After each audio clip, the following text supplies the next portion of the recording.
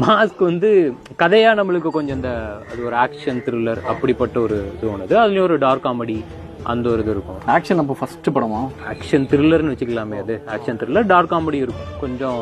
அதான் அதுவுமே என்னன்னா கதையில் ஒரு ஆக்ஷன் மூடு ஒன்று இருக்கும். அதுக்கு தேவைப்படுற விஷயங்கள் என்னமோ அதெல்லாமே இருக்கும். எனக்கு இப்போ அங்கே என்னன்னா இப்போ எக்ஸ்டர்னல் இது வந்து இப்போ வெற்றி சாரோட ப்ரொடக்ஷன். எனக்கு கதை ஃபர்ஸ்ட் ஆக்சுவலாக வெற்றி சார் தான் எனக்கு கதையை சொன்னார்.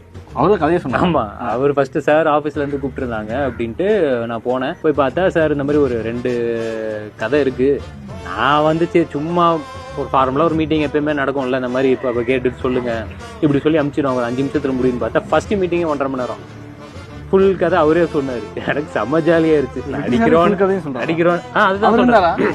அப்போ எந்த அளவுக்கு ஒரு ப்ரொடியூசரோட இன்வால்மெண்ட் அந்த கதையில் இருக்கும் அப்படிங்கிறத எனக்கு அப்போ தான் அதெல்லாமே இதை. ஏன்னா வெற்றி சாரும் இப்போ அவரோட ஆங்கிளில் அவர் அந்த மாதிரி ஃபுல்லாக கதையில் இன்வால்வ் ஆகி அவ்வளோ தூரம் அதான் பண்ணார். முக்கியமான சீன்ஸ்லாம் ஆக்சுவலி சாரும் ஷூட்டிங்லாம் வந்துட்டாப்புல. அந்த மாதிரி எனக்கு அவர் வரும்போதெல்லாம் செம்ம இதுவாக இருக்கும்.